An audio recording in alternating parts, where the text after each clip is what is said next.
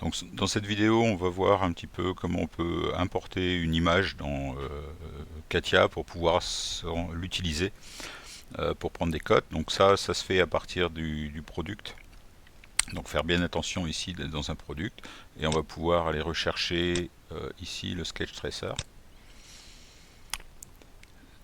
Il faut au niveau de la visualisation se mettre en visualisation en rendu réaliste.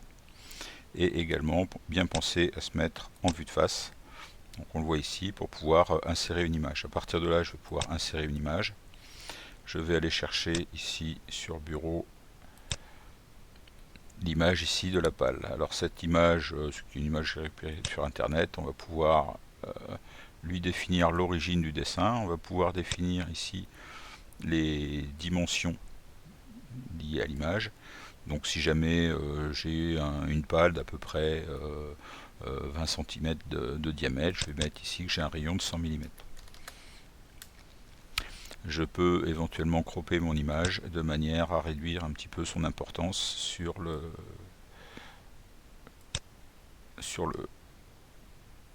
fond. Voilà. Donc ici j'ai mon image qui est dans CATIA. Donc maintenant dans le product, je vais pouvoir, donc l'image apparaît dans application, vous avez une galerie de tableaux et vous avez ce premier tableau. Je pourrais mettre des tableaux dans les autres vues, en sélectionnant ici par exemple la vue de dessus. Et je pourrais ici insérer une nouvelle image. Bon, moi, je vais me remettre en vue de face, j'ai pas besoin, j'ai pas les images correspondantes, donc je vais pouvoir maintenant en product, le product étant orange, ici insérer une nouvelle pièce. Donc je vais aller dans la pièce, je vais cliquer deux fois là-dessus, vous voyez que je passe automatiquement ici dans Part Design, qui est le dernier élément que j'avais utilisé.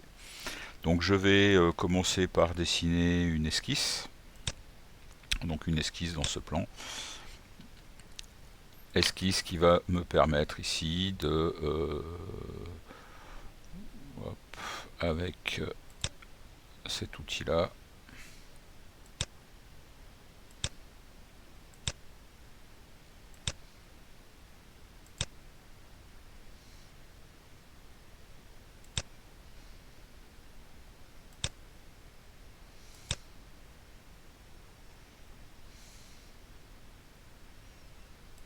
voilà, donc, quelque chose qui ressemble à peu près à mon esquisse de départ. Donc ça va être la découpe que je voudrais sur ma pale en vue de face. Donc je vais sortir, j'ai uniquement cette esquisse. Je vais maintenant au niveau de l'esquisse, je voudrais avoir une pale qui soit bombée, ici, qui se relève éventuellement, et ici qui soit légèrement bombée dans ce sens-là. Donc pour ça, comme je ne vais pas utiliser le surfacique, je vais créer une esquisse ici dans cette vue. Donc dans cette vue, je vais créer une esquisse qui va être à peu près comme ceci.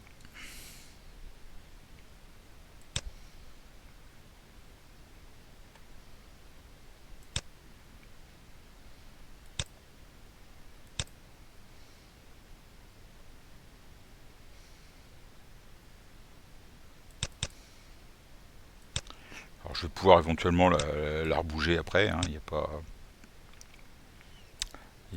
pas de souci, je veux juste qu'elle soit suffisamment grande. Je vais la prendre suffisamment grande pour qu'elle couvre l'ensemble de mon espace.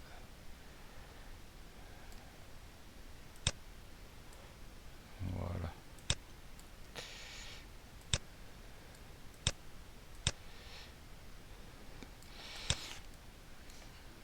Hop, je sors ici. Donc ça va être la première chose. Je vais définir également un plan. Donc je vais définir un plan perpendiculaire à la courbe qui passe par l'extrémité de la courbe.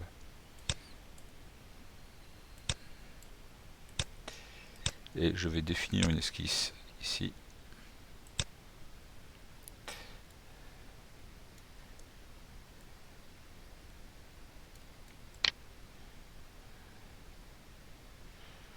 Donc dans ce plan-là, voudrais que ma pale elle descende comme ceci.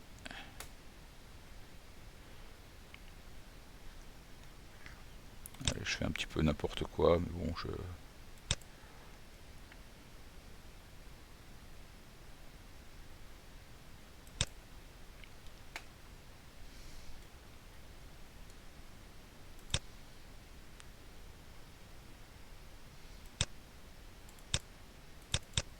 voilà, bon, un petit peu n'importe quoi. On pourra de toute façon reprendre ça par la suite. Donc ici je vais redescendre ici, là je vais redescendre par ici, et ici je vais remonter ici. Voilà. Donc à partir de là, je vais pouvoir éventuellement créer une nervure à partir de cette esquisse le long de cette courbe. Donc on a ici, je valide, ok. Et j'ai créé ici cette surface. Vous voyez que cette surface ici, c'est une surface qui est complètement gauche et qui va correspondre à la surface de ma pale. Donc pour ça, qu'est-ce qu'il me reste à faire? Je vais faire une poche en prenant cette section-là. Je vais faire une extension symétrique. Je vais grandir pour être sûr que tout ici dépasse de chaque côté et je vais inverser le sens. Ok. Donc ici, je n'ai gardé que cette surface-là.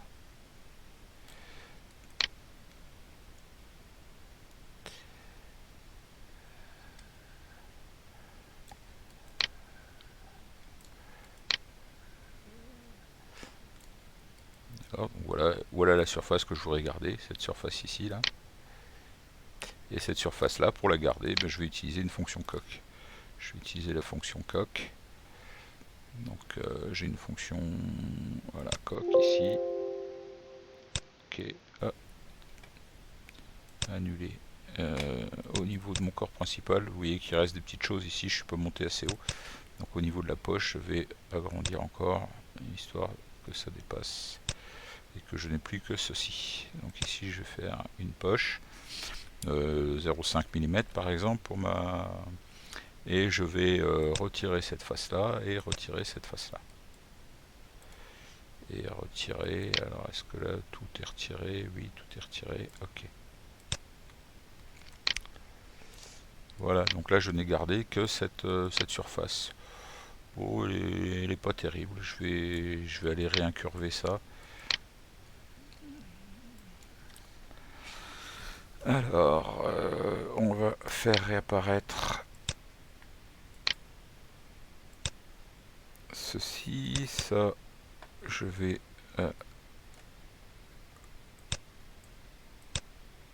lui donner peut-être un petit peu plus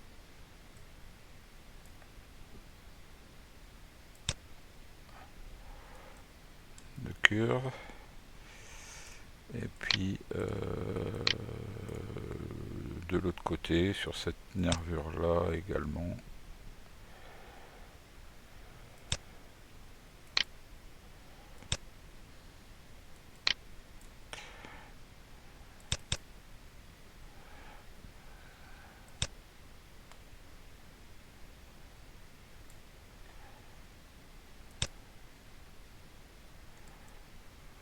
Voilà.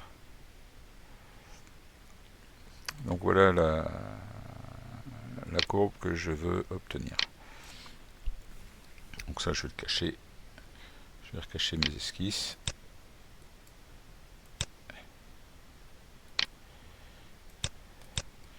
Donc je vais cacher tout ça. Éventuellement ça je vais pouvoir le déplacer ici. Et si je regarde en vue de face, ah, je vais inverser ma vue de face. Alors,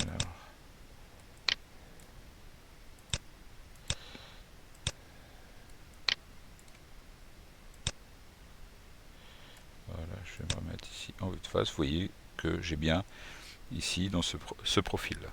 Donc ça je vais pouvoir éventuellement le dupliquer. Je vais le dupliquer ici 4 fois à 90 degrés. Et l'élément de référence, ça va être l'axe. Alors, pourquoi mon repère n'est pas actif? Bon, il est caché, c'est pas grave. Je vais dire que c'est ce plan-là. Et par défaut, il me prend le point central. Ok. Donc regardez ici en vue de face.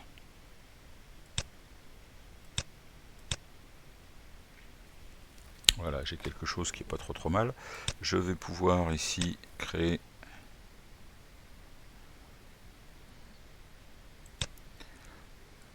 dans ce plan, je vais pouvoir créer ceci.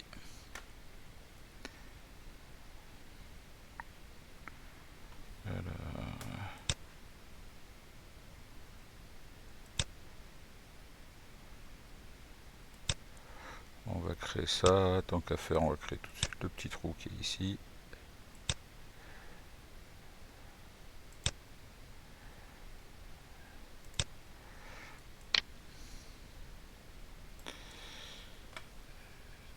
Ici, on va inverser la direction.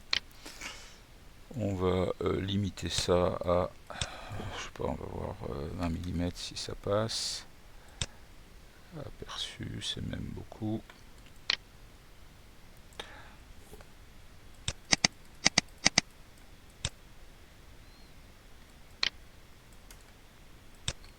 L'autre côté, je vais en rajouter un petit peu. Ok. Voilà, donc ici j'ai mon moyeu. Et je vais pouvoir éventuellement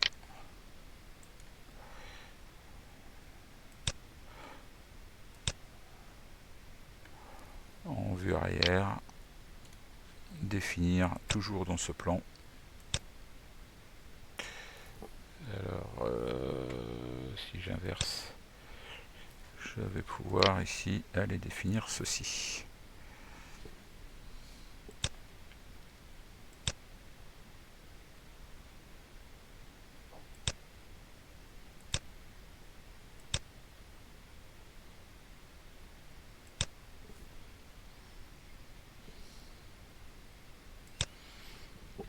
Donc je vais sortir. Ici, ça je vais le cacher. Je vais éventuellement en faire une poche.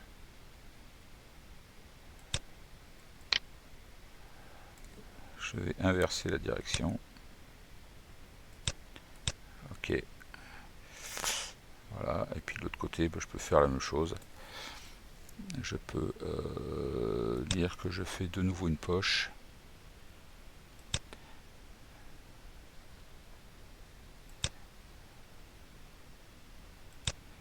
Avec ça.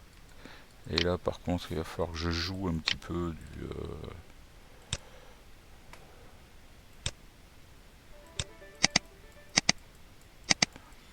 Je vais faire une poche mais en laissant un certain nombre de millimètres ici. Voilà.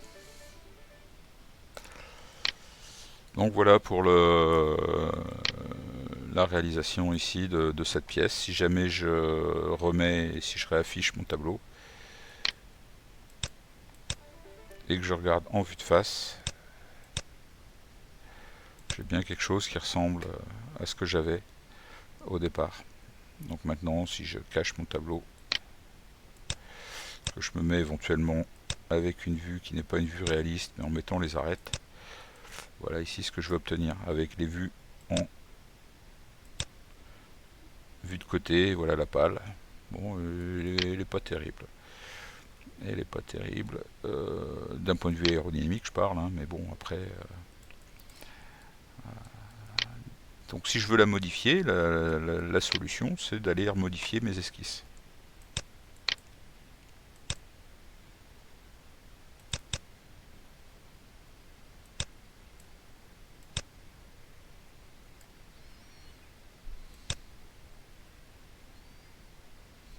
Voilà. Alors voilà ce qui se passe quand on a quelque chose qui n'est pas forcément hyper robuste. Bon, celle-ci, elle serait peut-être un petit peu mieux. On va voir un petit peu où le bas blesse.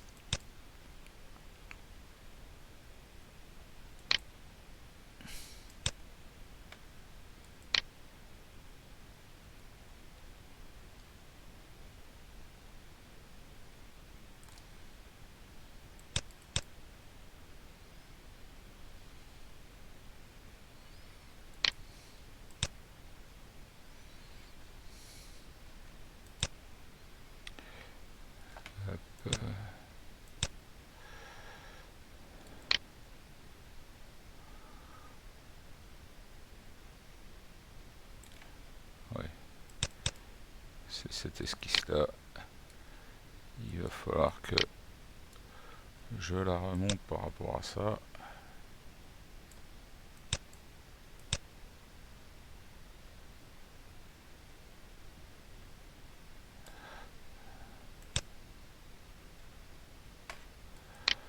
Voilà, là j'ai quelque chose qui sera peut-être un petit peu mieux. Caché, affiché. Non, pas caché, affiché, pardon. Définir l'objet de travail. Voilà, donc celle-ci serait peut-être un petit peu mieux. Alors bon, il me reste des choses ici. La répétition, la coque, peut-être que la poche n'est pas suffisante. Je vais rajouter un petit peu des éléments ici.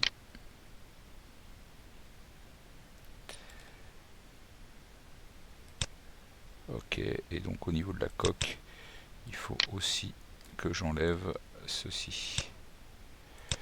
Voilà. Et là, à mon avis, d'un point de vue aérodynamique, hydrodynamique, on aurait quelque chose qui serait beaucoup mieux.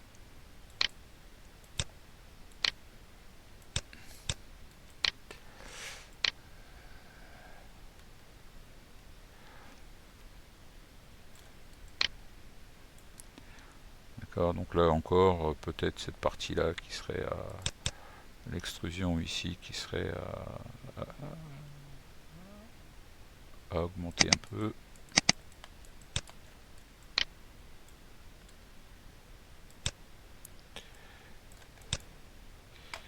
Et donc la première poche qui est ici, elle serait bonne, ok. Et la dernière poche qui est ici.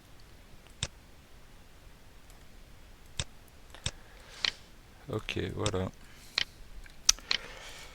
Donc voilà pour cette petite vidéo. Donc vous avez vu dans la vidéo ici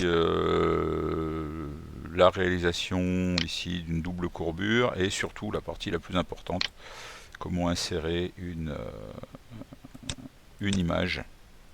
Alors vous voyez, si jamais vous ne vous mettez pas en rendu réaliste, l'image elle apparaît pas. Donc la seule manière de la faire apparaître, c'est bien de se mettre en rendu réaliste pour pouvoir faire apparaître ici votre image.